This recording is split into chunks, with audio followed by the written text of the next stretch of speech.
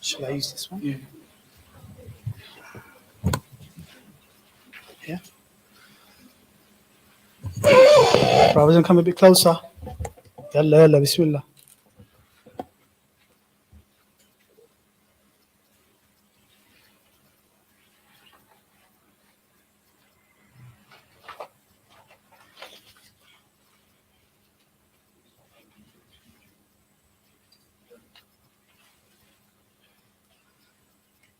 أعوذ بالله من الشيطان الرجيم بسم الله الرحمن الرحيم الحمد لله والصلاة والسلام على أشرف الأنبياء والمرسلين نبينا محمد وعلى آله وصحبه وسلم اللهم صل على محمد وعلى آل محمد كما صليت على إبراهيم وعلى آل إبراهيم في العالمين إنك حميد مجيد اللهم بارك على محمد وعلى آل محمد كما باركت على إبراهيم وعلى آل إبراهيم في العالمين إنك حميد مجيد. Brothers, the topic that have been chosen is actually a very difficult topic. It's not a very easy topic to talk about because for someone to be firm upon his deen needs a lifelong struggle.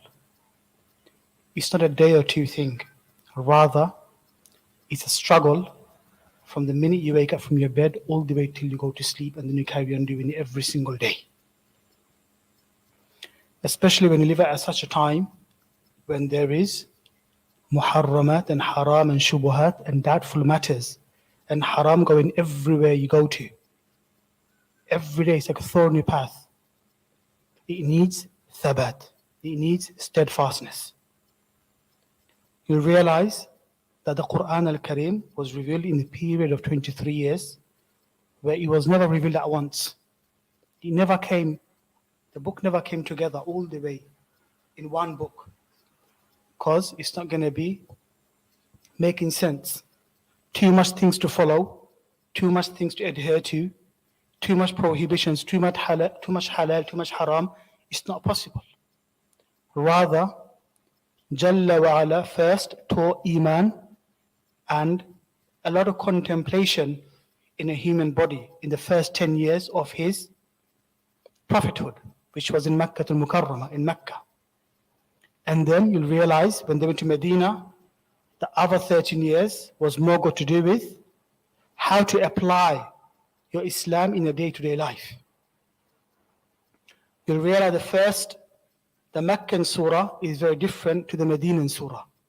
The surah that was revealed in Mecca is very different to the surah that is revealed in Medina. Even for those who are memorizing Quran al-Karim, you'll realize that the Meccan surah is easy to memorize. You'll memorize within a day. But the Medinan surah will take time. You need patience. It needs contemplation. And then it will come in your mind. Because the Muslim, the beginning of the Muslim, they went through two phases. The first phase was difficult. When Iman was coming, they had to stabilize it. Whilst they were stabilizing their Iman, they were beaten up. They were in difficult moment. They had rejection from the family members. And brothers, you realize one thing, that when you go through rejection from your own family members, from the people around you, you don't feel good, do you?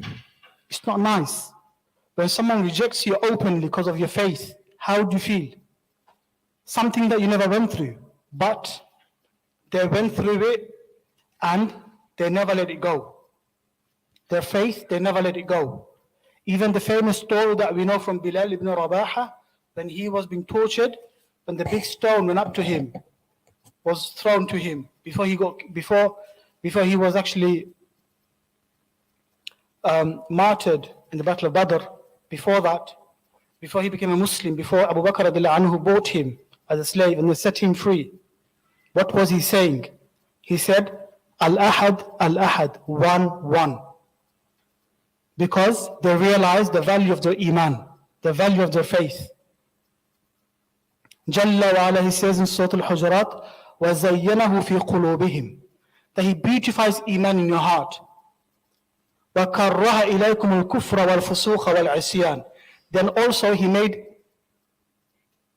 indecency and haram and bad actions hated in your heart. أُولَٰئِكَ هُمُ الرَّاشِدُونَ, and they are those who are truly guided ones. Brothers,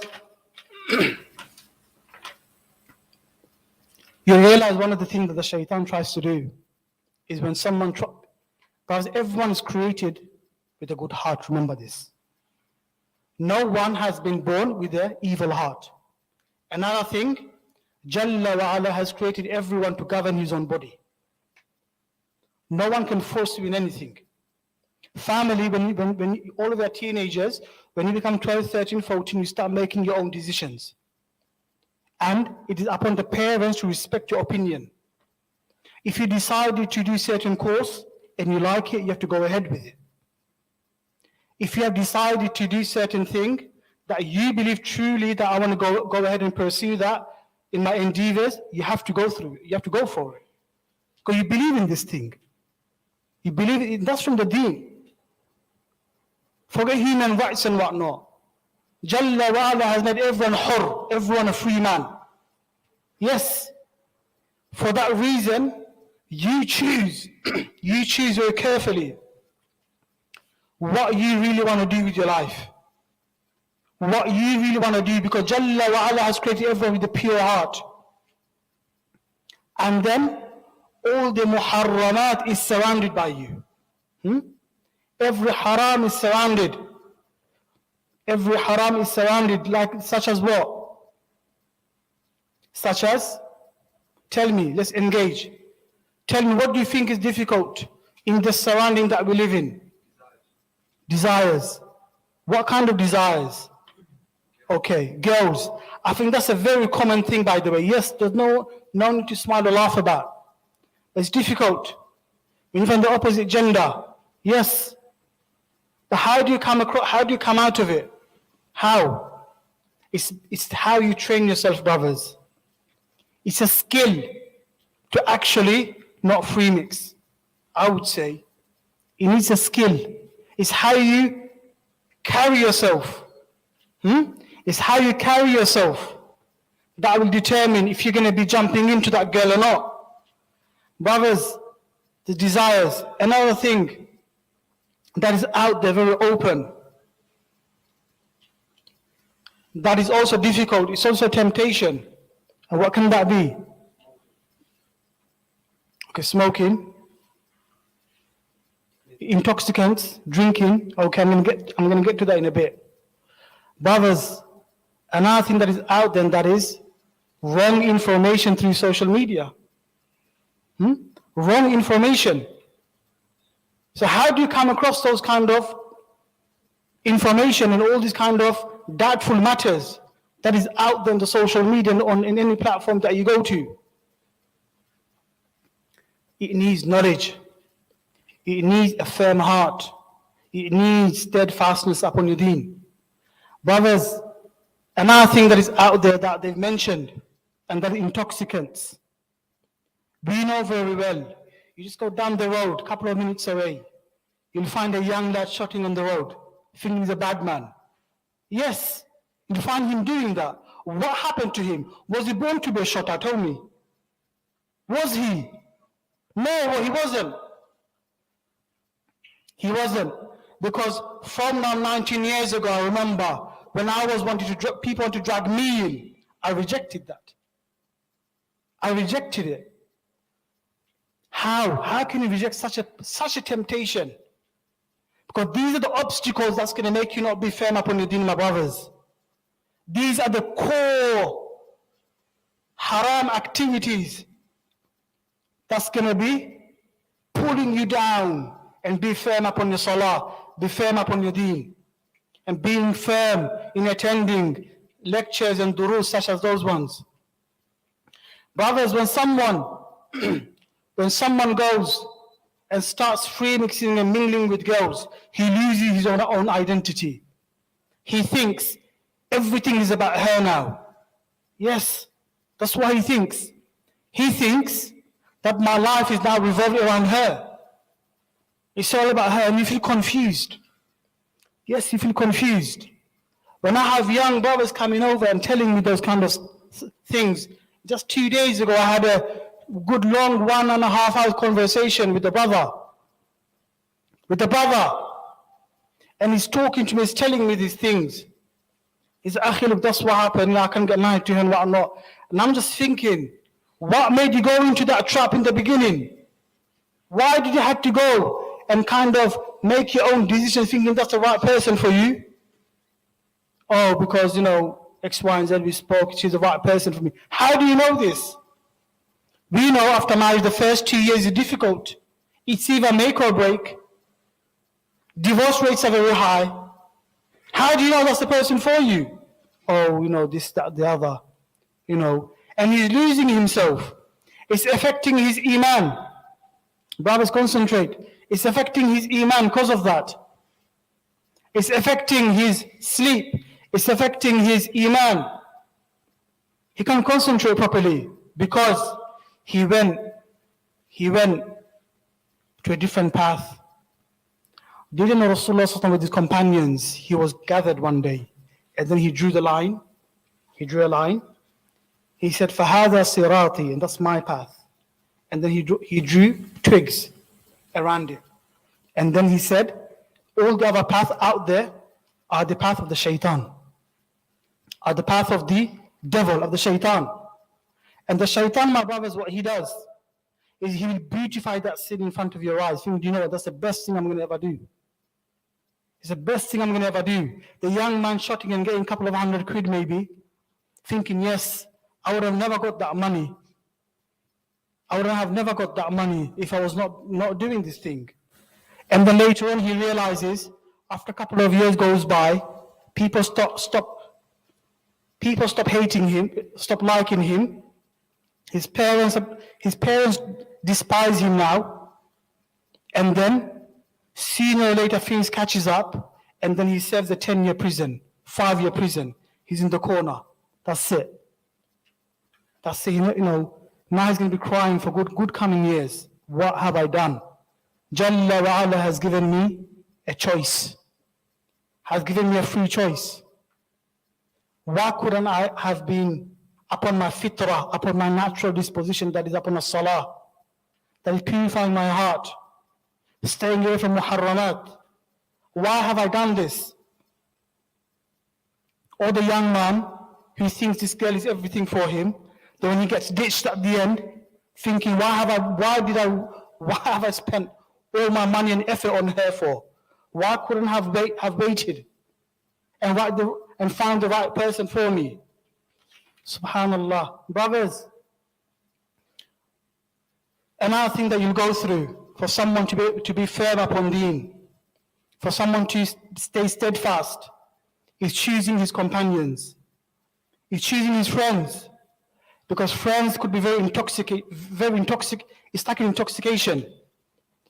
They will either ruin your ego, mess up your ego, mess you up, show you the wrong stuff in a very cool way. Yeah. They show you the haram in a very beautiful way. And then when you go into it, as you're walking towards that path, weeks are going by, months are going by, you realize, it's actually not beautiful. It's actually not very nice. It's actually not very nice. It's not pretty at all. Then you realize, do you know what? Is it too late for me to come out of it?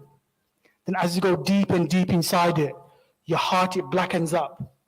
It becomes darkened.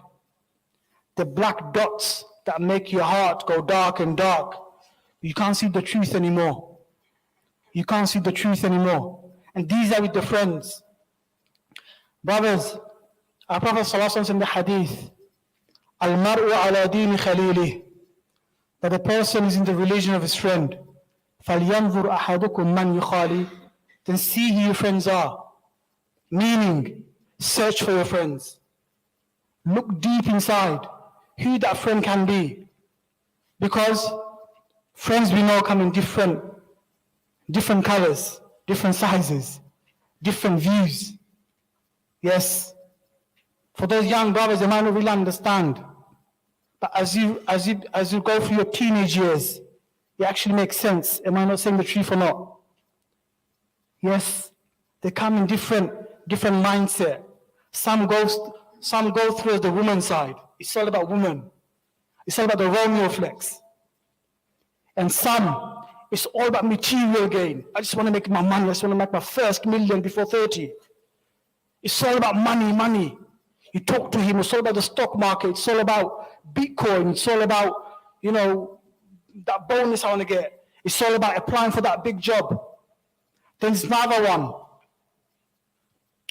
It's all about gain. His whole life is a joke. It's all about gain for him. Nothing but gain. PS5, that game, Fortnite. It's all about, brothers, even my age brothers are doing it. 35, they're doing it. Yes. And the others, it's all about social media. It's all about posing. It's all about showing who I really am, but you're really actually nothing. Yes. That's another flex you'll find among the youth. Yes. There's nothing good in those brothers. The best path is the moderate way, the humility way. Having haya in your life, but at the same time having self-integrity. Having self-integrity. What does integrity mean, my brothers? What can that mean? All the prophets have integrity. The Prophet ﷺ, he had integrity. He never took things such as, he never took lillah, for example, giveaways. He never took that. He had integrity. He said, you either give me a gift, or I'm not going to take money just for the sake of it. I'm not going to take it. Had a lot of integrity. Deen, he teaches integrity. When you start messing around with those friends, you lose integrity. You lose your friends. You lose your identity.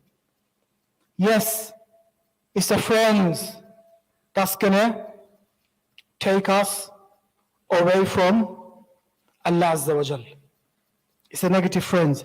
Now I can say all of those brothers. What I'm about to say, everything that I'm saying, it all goes to every one of you. Every one of you here. Because with any lecture, with any nasiha that you take, you contemplate. Quran al-Kareem, my brothers, you contemplate. Quran al-Kareem, Jalla wa Ala, when he talks about friends, he talks about friends. In fact, in the Day of Judgment, what's going to be happening with your friends? The very friend that you used to love, used to enjoy chilling. What would happen? He would say, he was the one who made me do the haram activities. He is the one who made me do those stuff. And then you start blaming one another. That's exactly what's going to be happening, blaming one another. And then he will say, how can that be? How is that possible? We were friends in the dunya. How are you blaming me today? And it's very similar for many people who end up in the courts, the magistrate courts. They start blaming one another. Isn't it true? He said, yeah, you're a snitch. I told you not to snitch. He said, well, I'm trying to save myself from going to prison for a good 15 years, 20 years, whatever. So I'm going to snitch today. I will snitch because I'm going to have to save myself. But if you're going to compare with the magistrate courts, and the courts of Allah Azza wa Jal is much more greater, much more furious, much more severe, because on that day, you'll have your friends testifying against you. On that day, the shaitan, who give you wiswas, he'll be beside you, because Allah is just. He's not going to let anyone go. And they'll be standing. If you were to be a good and humble Muslim, then you'll have clothes to wear on that day. Otherwise, everyone's naked. Everyone has no clothes. They'll be standing in the courts with no clothes on, subhanallah. And then the shaitan will blame on him, says, you, anta, you. You're the one who made me do this. And then what's going to happen? Brothers, you will say to the shaitan, going to reply to Allah Azza wa Jalla and say, you know what? I never told him to do it. When he was taking that first spliff or that first drink, I never told him. I never forced him to do it. I just whispered on him, because that's the best thing I can do. Yes, I whispered on him very beautifully, very colorfully, but I only told him, but I never made him do it. And that's what's going to be happening, quarreling after quarreling, brothers. Everyone going to be blaming one another. So think about what Rava mentioned. What's going to be taking you away from your deen? What have I just said? Number one, you can tell me. Friends. Number two, smoking.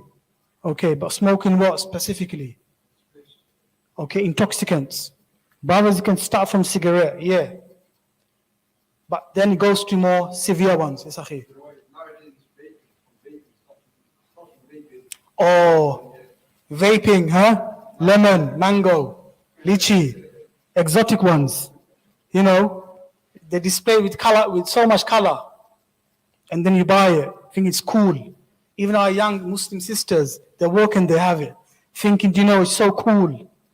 But they don't realize that it's a stepping stone. If they don't control those habits, then it can lead to another.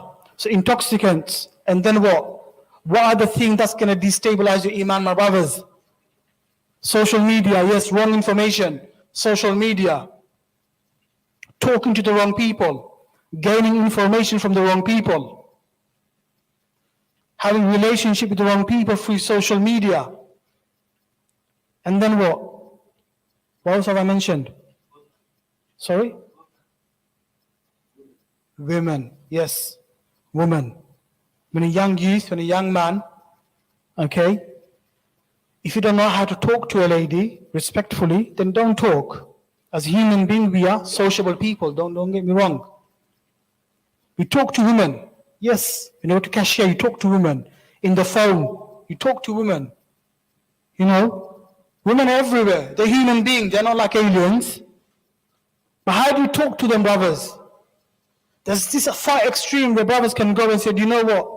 Woman, astaghfirullah, move your head. Thinking she's an alien from space. Subhanallah.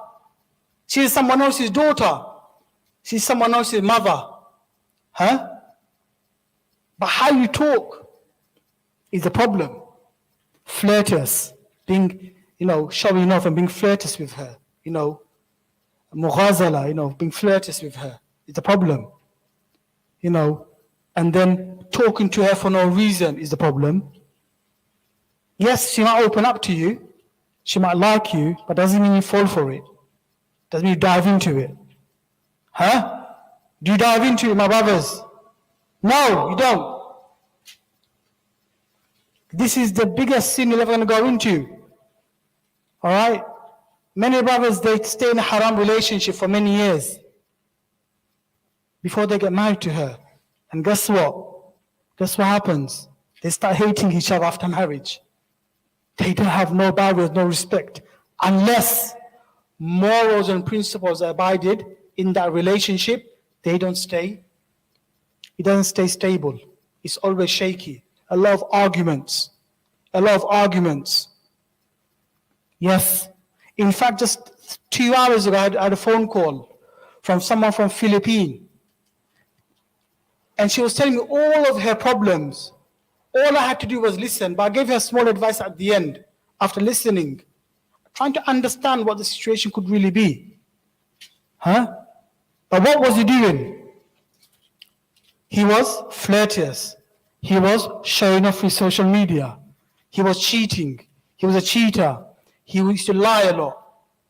He had mental illnesses. All these things that he actually went through. Right? So these are the things that people have to realize in stabilizing the iman. You first get rid of all the bad habits from within you. And then you beautify with iman. Now let's talk about iman. What can you beautify your iman with, my brothers? It's a very lengthy process, but you have to do it. Because if you don't do it, you're in trouble. And it starts from that age, that beautiful age. It starts from before in the age of 7 to 10, and between the 10 to 20. If you can grab those moments, it'll be really easy for the rest of your life. It starts from the age of 10 till 20, I would say. If you can get habits, if you can go into those habits, then you stabilize it for the coming years ahead. The shaitan will never going to win with you. Number one, my brothers, number one is approaching Quran al-Kareem.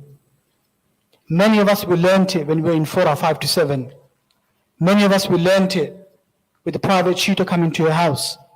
Many of us, we learned it, we learned it, but we never gave importance to it. But we learned it somehow. If I was to tell some of you, to say, yeah, I can read it. But we need Quran al-Kareem, my brothers, with explanation, with understanding. Yes, we can't just read a book. We can't just read a book just like that. Why is that we come out from Fora sometimes and we don't feel anything in our heart? Why can that be? How can that be? Yes, sir. Yes, you haven't really understood it. So it needs, how can we understand it? With how, brothers? In your own way. Some can understand it through watching audios, some through reading, some through knowledge, sitting down in classes, different ways. So, learning the meaning. And for those brothers who have already been in the deen for a while, then they have to embark upon learning the language. They have to embark upon learning the actual language itself. It might take a couple of years, but you carry on doing it. The trick of the game is you never stop. You carry on learning it. Once you grasp the Arabic language, and then you'll feel your iman much more beautifully. You can stabilize it more better. Let the haram come along. It can't shake you anymore. That's the shaitan will always gonna take you away from the major knowledge. Okay, I said Quran al-Kareem, another way of stabilizing through iman is what? What could it be, brothers? Salah. Yes, salah, but salah how? What kind of salah, my brothers? With concentration. Brothers, salah is not be done with rushing. Salah Jalla wa Ala doesn't need salah that you rush. He doesn't need salah that you rush, but at the same time not really slow, but moderately. And then you make effort with the salah. What you say in your salah is important. What you say in your prayers is important. And bringing on the good side in your salah. Making adhkar after salah is what stabilizes your iman. The morning adhkar, the evening adhkar is what stabilizes your iman. And coming to jama'ah stabilizes your iman. Making effort for Salatul Jum'ah stabilizes your iman. But Jum'ah in a place where you can hear some nasiha is what stabilizes your iman. Okay, we know that in Jum'ah there's few types of masajid. Some they're just going to stand for 2 minutes and then go down, and that's Jum'ah is finished after praying 2 rak'ah. It's alright for people like who understand the Arabic language, they still enjoy it because everything that the Imam is saying, you understand it. But what about for those who don't really understand it? They haven't taken a benefit from the masjid, from the Friday Jum'ah. So making sure that you attend the Jum'ah, that you can take some sort of advice. So as I mentioned Salah, I mentioned Quran al-Kareem. Another one I'm going to say, brothers, is knowledge. Knowledge pertaining to Iman. Knowledge pertaining to your deen. Everyone needs to ground themselves with knowledge. Knowledge is something that you learn in a steady process. but you don't rush it. You learn it slowly. You go one at a time with all the knowledge. One at a time. You don't rush it. All those people who rush to knowledge, they come out of knowledge so quick. If you take it slowly and steadily, little by little you learn a lot, and your iman going to be healthy. At the same time, studying the right books. You don't want to dwell yourself into studying something that don't have no meaning, or something that is hard to understand. Because the time of the Prophet, peace be upon him, and the companion, they were simple people. They were simple people. Some would come and say, Ya Rasulullah, how can I enter Jannah? He would give them a simple answer. Do your salah and be good to your parents. Simple answers they would give, they would receive. So deen is not like a puzzle. It's not a puzzling thing. Some say, oh, it's so hard, I can't stay away from haram. It's so difficult. It's so hard, I don't know, it's not, I can't do it, innit? Yeah, I'm still doing the same thing. What kind of answer can you give to such a person? Because he hasn't approached the deen properly. So how can it be firm? He hasn't approached his deen properly. You'll find him still missing salah time to time. Because he hasn't really appreciated salah. Meaning, he hasn't given his heart. He hasn't made himself available for salah. What does that mean, being available for salah? How can someone be available for salah? Does it mean he himself is here? Everyone can do it. Being available meaning, brothers, he's preparing beforehand. We know we pray Salatul Asr. An hour before that, whatever's doing, or half an hour before that, he will start preparing for Salatul Asr, or Salatul Maghrib, or Salatul Isha. He start preparing.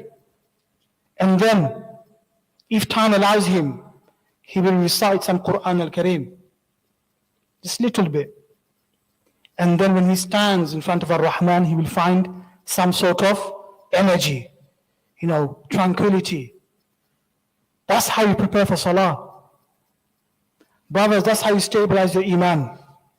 With knowledge, with Quran al-Kareem, relearning your habits. Some people, they procrastinate in everything that they do. It's like going to school. Before his exam, by a couple of days, he'll revise. Back in my uni, I remember, we used to have empty chairs for the whole year round.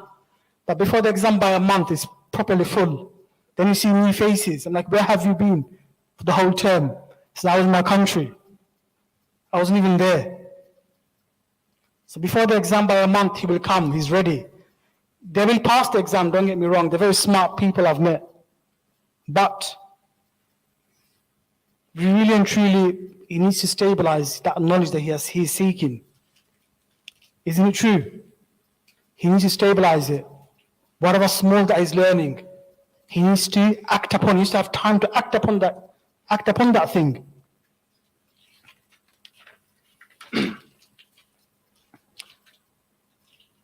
Brothers, another thing that they do that will weaken your iman is spending a lot of time with the screen. Yes, a lot of screen time. It weakens your iman. A lot of soap operas and movies and the beautiful Netflix that we have in our home and Sky TV and all these things, it destabilizes your iman. You get hooked onto it. Even PS, I'm not negating that. But there has to be time for everything, isn't it? No one's saying for you to come out of it straight away. But there's time for everything. For those who are weak in iman, then, they'll watch less, but they do more. For those who are already upon iman, it's already firm, then they don't watch it at all. People are different when it comes to the iman. وَمِنْهُمْ ظَالِمٌ لِنَفْسِهِ وَمِنْهُمْ مُقْتَصِدٌ وَمِنْهُمْ سَابِقٌ لِلْخَيْرَاتِ. Among the men are those who are always wronging themselves. They're always upon sin. Always upon sin. وَمِنْهُمْ مُقْتَصِدٌ. And among them there are those who try to do good, but they fall upon the haram again. But they're trying. And I think many of us are up on that level, where they try to maintain their iman and the practices, but they always fall back. وَمِنْهُمْ سَابِقٌ لِلْخَيْرَاتِ, among those who are always forerunners, always doing well, always doing good. But they're very less in number, but there are a lot of men out there who are in that level. As Ibn Taymiyyah rahimahullah, he mentions that the best of maladhat, the best of taste of this dunya you find is through worship, is through doing right and moving away from what is wrong, what is harmful for your iman. أقول قولي هذا نستغفر الله ولكم وسائر المسلمين من كل ذنب إنه هو البر الرحيم. Any question, my brothers? Any question? Anything? Anything got to do with habits? And everyone here has got habits. No one's free from habits. But it starts from that age. Habits is learnt, my brothers. Habits are learnt. If you have a habit of lying a lot, then you have to relearn that habit of not lying. If you have a habit of sleeping a lot, then you have to relearn that habit of coming out of it, of sleeping less. And there's a way out in everything. But it becomes hard to relearn a habit when you're old in age. It becomes much more harder. It becomes much more harder. And as we know, many elderly men, they tend to have the same kind of habits, what they done in the youth age. It's hard to get, for them it's really hard. Many elderly men, they are still into gambling. I know it's quite funny. That's what they do. Many elderly men, they like to gossip a lot because that's what they did. That's what they talked a lot because they never had social media. They used to go out a lot, they used to talk and spend a lot of time with their friends. So they talk a lot. But sometimes they're going to talk in the back-chatting and the backbiting. It leads to one thing to another. It's all part of their enjoyment. But it's all a habit. So we have to start writing down our habits, my brothers, and thinking what are the things that will stop me, if not today, but maybe tomorrow. Because sin on its own, as Ibn al-Qayyim, he speaks in his book, Ad-Da'i wa Dawa, he speaks in his book that a sin is always damaging to your iman. It's never good for your iman. A sin that you continue to do continuously, it's damaging. You can't, one day it's going to be so damaging that you will leave your iman. Subhanallah. What does that mean, losing your iman? Meaning losing your practices. May Allah Azza wa Jalla give us the tawfiq to act upon what I've said. Any question that you may have? Yes, Akhi.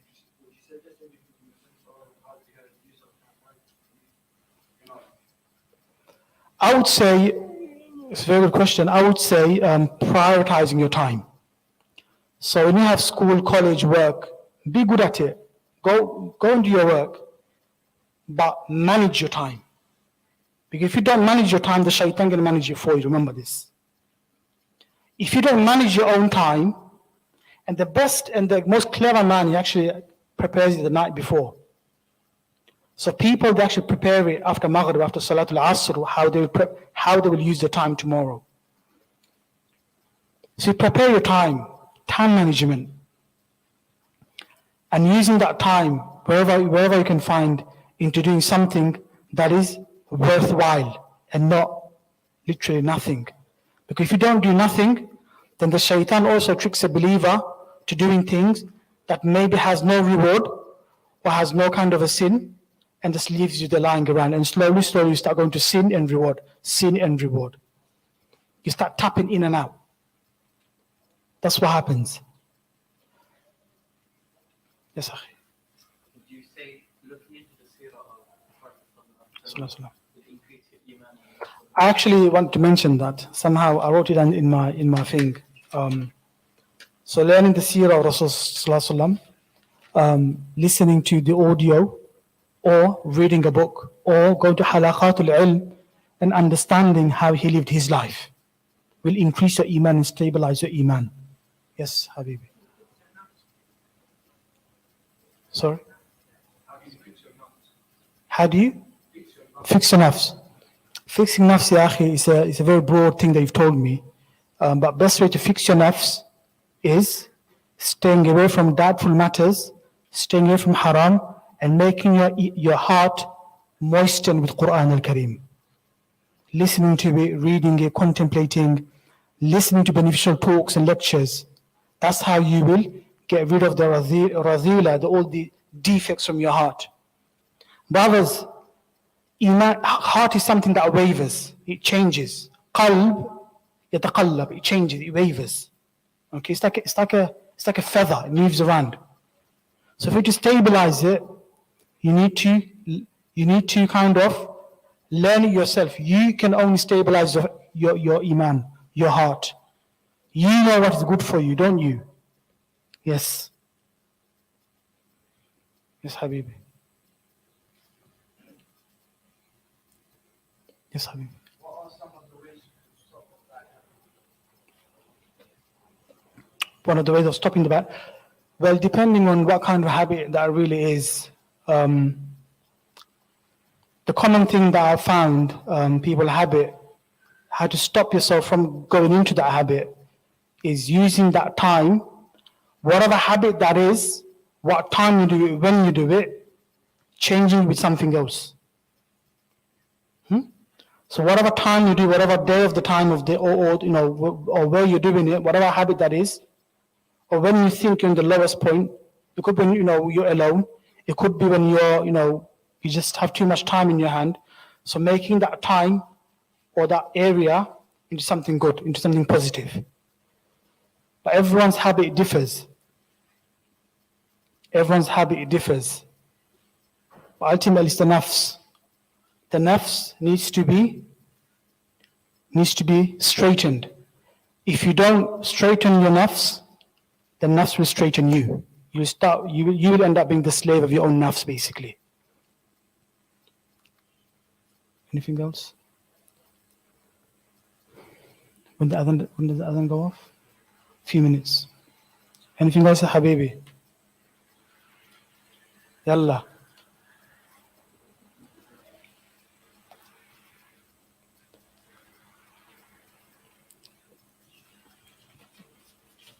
Yes, Habibi. I've got a recommendation on how to prevent yourself from committing bad habits, etc. So some scholars, they recommended that if you did something bad, then you do wudu and pray 2 rakat of voluntary prayer. So the next time you do something, it's going to deter you. It's like a deterrent. Yeah. And also a good deed on you. So the Baba said that one of the way of preventing yourself from going into that sin is they pray 2 rakah of nawafil. Or for some people also, when they commit sin, they put injunctions upon themselves for giving charity. So different ways of coming out of it. So yes, increasing your salawat, your nawafil, and that's one of the best ways of coming out of it and having a relationship with Allah Azza wa Jal. Having a connection with Allah Azza wa Jal constantly. And ultimately, my brothers, it's making dua. You know the dua, Ya muqallib al-qulub wal-absar, thabbit qalbi ala dinik. It's a very strong dua. Ya musarrif al-qulub, sarrif qalbi ila ta'atik. It's a very, very famous dua. You say it in the salah. You can say it in your prostration. You can say after salah, during salah. Allah Azza wa Jal is Ar-Rahman. He's your heart is connected to the Asabi Ar-Rahman, from the fingers of Ar-Rahman. He can change it. So you constantly ask him, after doing all the necessary steps, not just asking him and then straight away thinking, I'm going to be firm. You take all these necessary steps and then ask him constantly. You're trying to tell me all those speakers out there, all those ulama and all the people who are actually up on Iman, you're trying to tell me they will stay firm? No, it still needs that training the heart. Everyone goes through weakest point. Everyone goes through difficulty. No one's free from that. But what is the difference between them and us? Is that they straighten themselves. They put their whole life into perspective. They put the whole life into perspective. What am I here for? What's my journey? What's my purpose? What's my purpose? Am I not going to meet my Lord one day? Surely I will. So that's how you start reminding yourself the reason why you're here. Jazakumullah khairan, brothers. Assalamu alaikum.